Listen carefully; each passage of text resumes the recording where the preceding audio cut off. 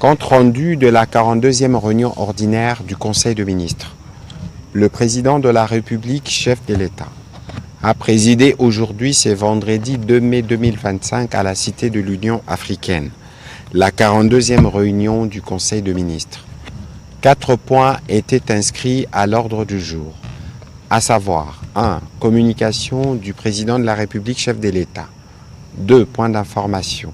3. Approbation d'un relevé des décisions du Conseil de ministres. 4. Enfin, examen et adoption de textes.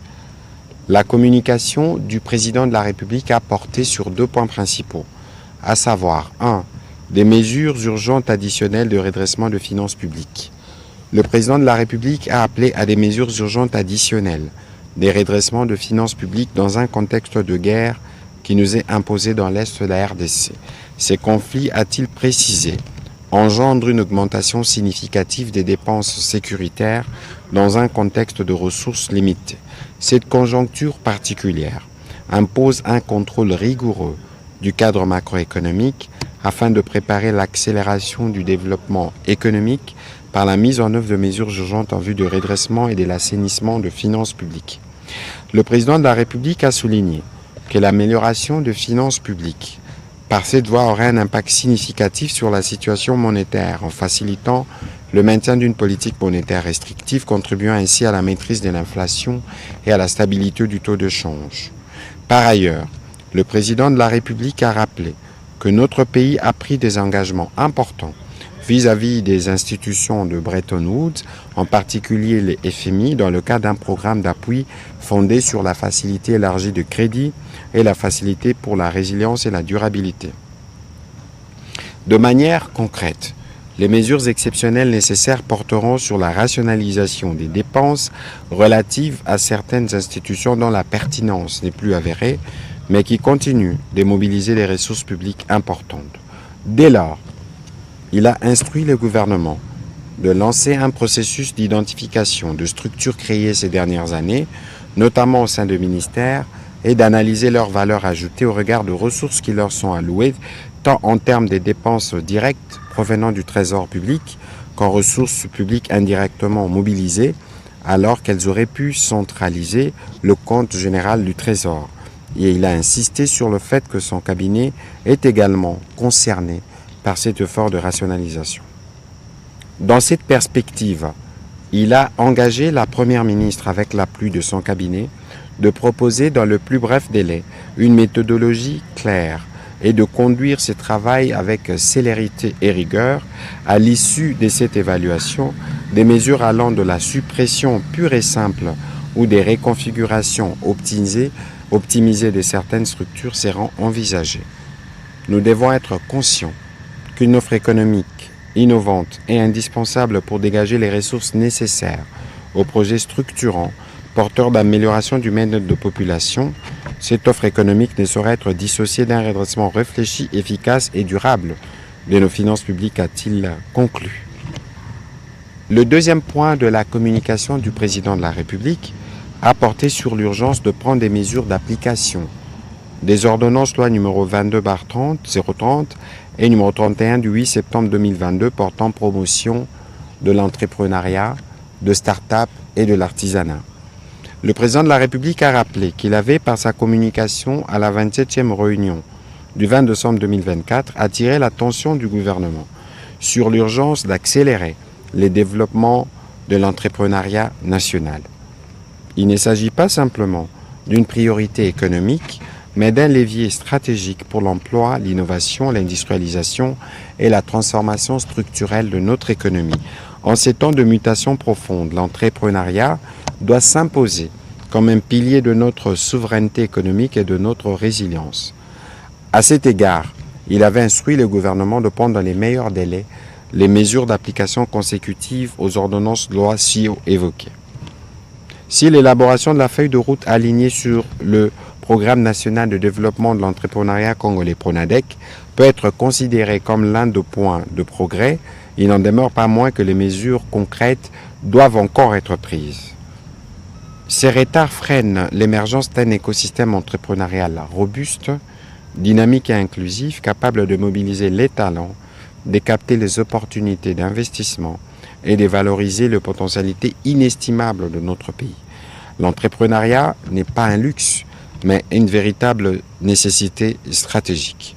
Il est comme dès lors au gouvernement de continuer à travailler pour mettre en place un cadre adéquat pour cela et mettre fin à toute forme de contraintes auxquelles les entrepreneurs font face.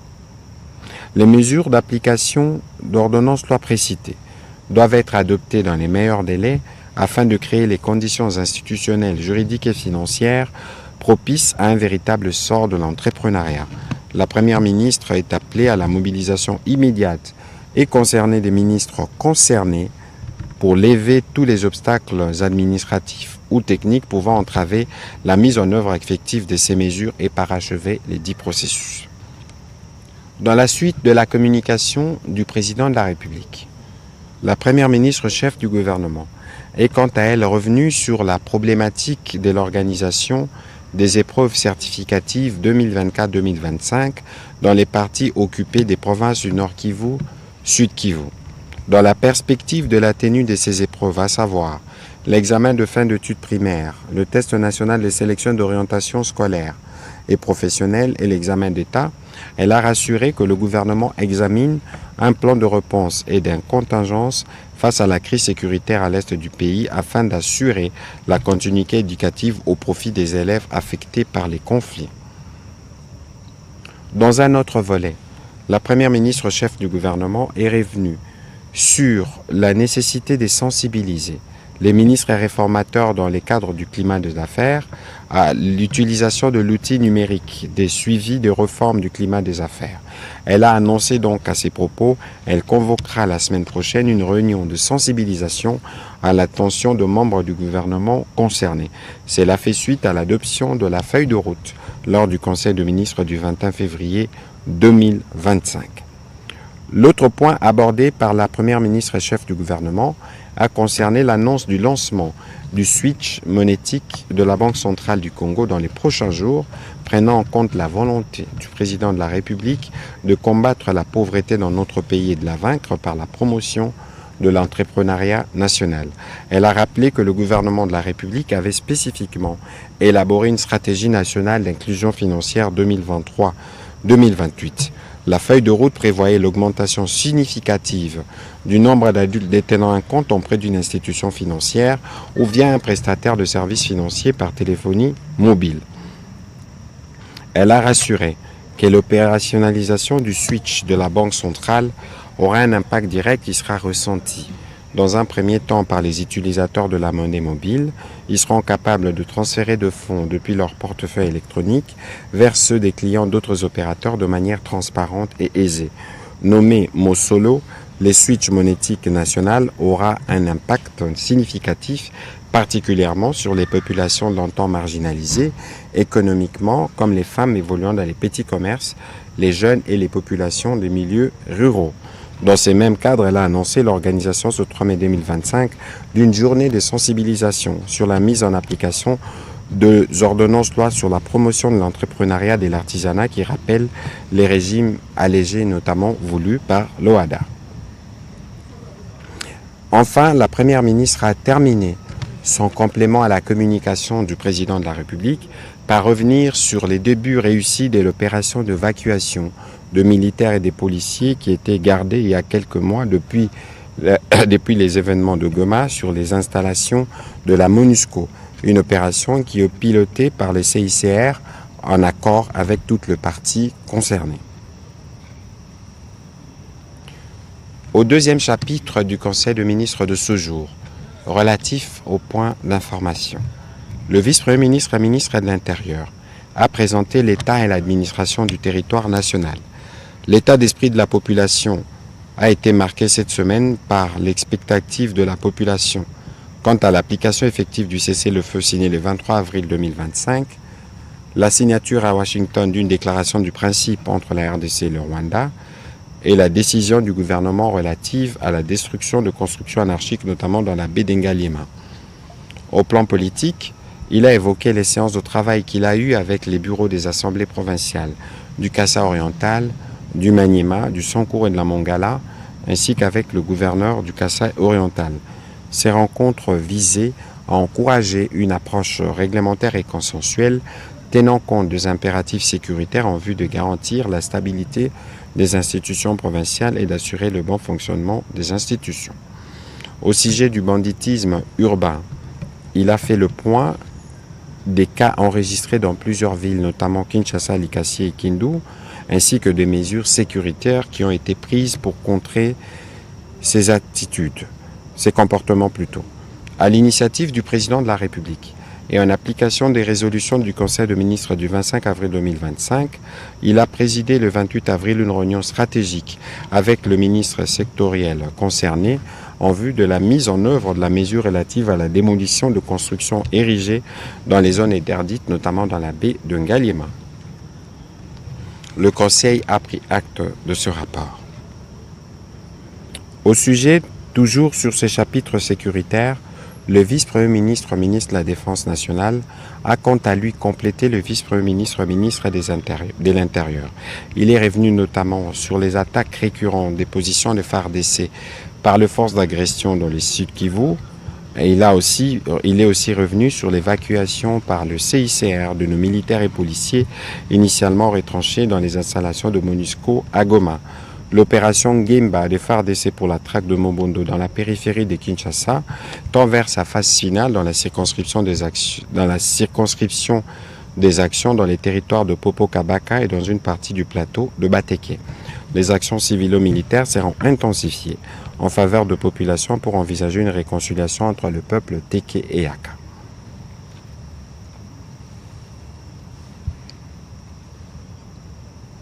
Évolution de la situation récente sur les marchés d'échange ainsi que de biens et services. Intervenant comme invité, le vice-gouverneur de la Banque centrale du Congo a présenté la situation de la conjoncture économique, qui reste marquée par la poursuite de la stabilité aussi bien sur le marché des biens et services que sur celui du marché de change, attesté notamment par des légères variations du taux d'inflation et du taux de change d'une semaine à l'autre. Cela est justifié par le maintien de politiques monétaires et budgétaires prudentes, ainsi que la bonne coordination de celles-ci, sans oublier la poursuite d'une bonne régulation des liquidités bancaires. Au cours de la dernière semaine du mois d'avril 2025, le rythme de progression des prix intérieurs a poursuivi son ralentissement, établissant le taux d'inflation hebdomadaire à 0,12% contre 0,13% réalisé la semaine précédente. En cumul annuel, l'inflation atteint 2,94% contre 4,55% à la période correspondant en 2024. Ensuite, il est revenu sur les fluctuations du taux de change ainsi que les mesures prises au niveau de la Banque centrale pour consolider la trajectoire de la stabilité et de la résilience. Au sujet de la situation épidémiologique, le ministre de la Santé a présenté la situation épidémiologique en RDC. Par rapport à la semaine précédente, la tendance du Mpox à la 16e semaine est marquée par une augmentation de cas suspects. Dans le Nord Kivu, plusieurs cas suspects ont été enregistrés, dont 9 cas confirmés, contrairement au Sud Kivu où la semaine s'est clôturée avec 355 cas suspects. Au sujet d'Ebola, cette semaine a été marquée par une baisse du nombre de nouveaux cas suspects, passant de 1198 à 1900, dont 9 décès sur une létalité de 1%. Les cas de rougeole ont été signalés respectivement au Nord Kivu, avec 270 cas au Sud Kivu, 169 cas et 11 décès au cours de cette semaine. Les dispositifs de riposte sont maintenus et les actions en cours pour venir à bout de ces épidémies. Le ministre de la Santé est aussi revenu sur la situation spécifique dans les provinces du Nord Kivu et du Sud Kivu, spécifiquement sur les villes de Goma et de Bukavu. Il a, avant de clôturer son intervention, présenté au Conseil les mesures adoptées à la 37e session du Conseil national du travail pour l'opérationnalisation de l'assurance maladie obligatoire en RDC. Il est revenu sur le contexte d'élaboration de ces mesures, l'économie des textes réglementaires ainsi que les opportunités du démarrage effectif des régimes d'assurance maladie obligatoire et d'assistance médicale de l'État. Note d'information relevant du secteur de la justice. Le vice-ministre de la Justice et Contentieux international a présenté au Conseil la note faisant part de la formation des juristes congolais à l'arbitrage international. Cette formation de la Chambre de commerce internationale prévue en juin 2025 répond aux besoins de renforcement de capacité des avocats de la République et quelques professionnels juristes en vue de contribuer à la meilleure défense des intérêts de notre pays devant les instances internationales d'arbitrage. Car à ces jours, a-t-il martelé, la quasi-totalité des contrats d'investissement commerciaux prévoit l'arbitrage comme mode de règlement des différends. La capacitation des juristes congolais pour être actifs dans les milieux d'arbitrage évitera à notre pays de consulter de faire recours aux cabinets internationaux. Le Conseil a pris acte de cette note. Note d'information relevant du secteur de l'environnement. La ministre d'État a informé le Conseil du projet de transfert de technologie de pose des chaussées souples à la base de déchets plastiques pour la préservation de l'environnement. En effet, après avoir signé en date du 12 mars 2025 un mémorandum d'entente avec le collège de Tiagarajar, une présentation de la dite technologie a été faite à quelques officiels congolais ainsi que le partenaire du secteur privé. C'est pour ça que son ministère envisage comme étape suivante l'acquisition des licences d'exploitation de la part de l'inventeur et la formation des experts congolais à la maîtrise de la dite technologie afin de l'implémenter en République démocratique du Congo. Il s'en suivra l'acquisition par le gouvernement de matériel spécialisé grâce à un partenariat conclu avec des sociétés de la place. Plusieurs tonnes de déchets plastiques déjà compactés peuvent servir de matière première lors de la phase pilote. Il en est de même pour le corps du génie militaire qui dispose de plusieurs tonnes de bitume destinées aux opérations d'asphaltage de routes de Kinshasa. Le Conseil a pris acte de sa note d'information.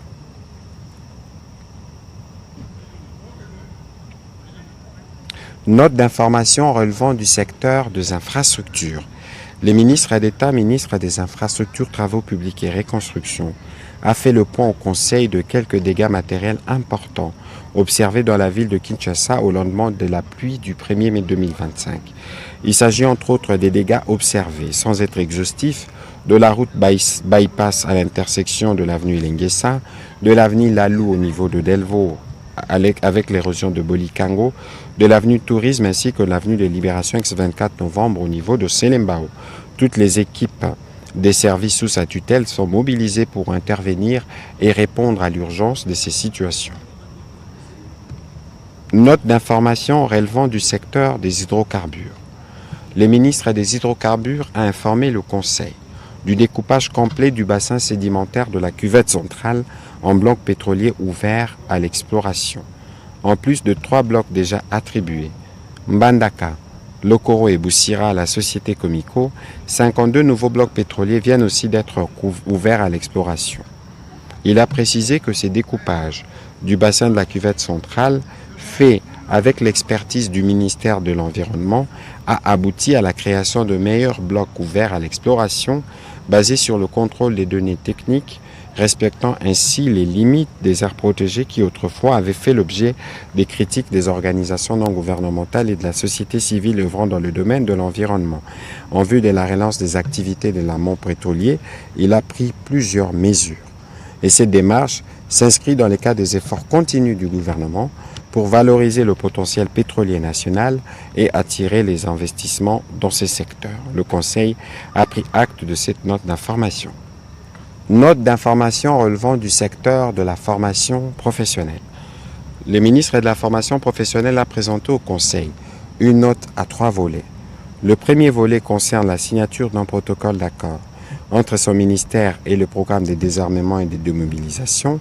À ces propos, il a indiqué que son ministère a conclu avec le PDDRCS un contrat de partenariat le 17 avril 2025 qui vise à créer une synergie pour contribuer à la paix et à la stabilisation en renforçant l'employabilité à travers de formations professionnelles qualifiantes, l'apprentissage de métiers et la réintégration économique des éléments concernés.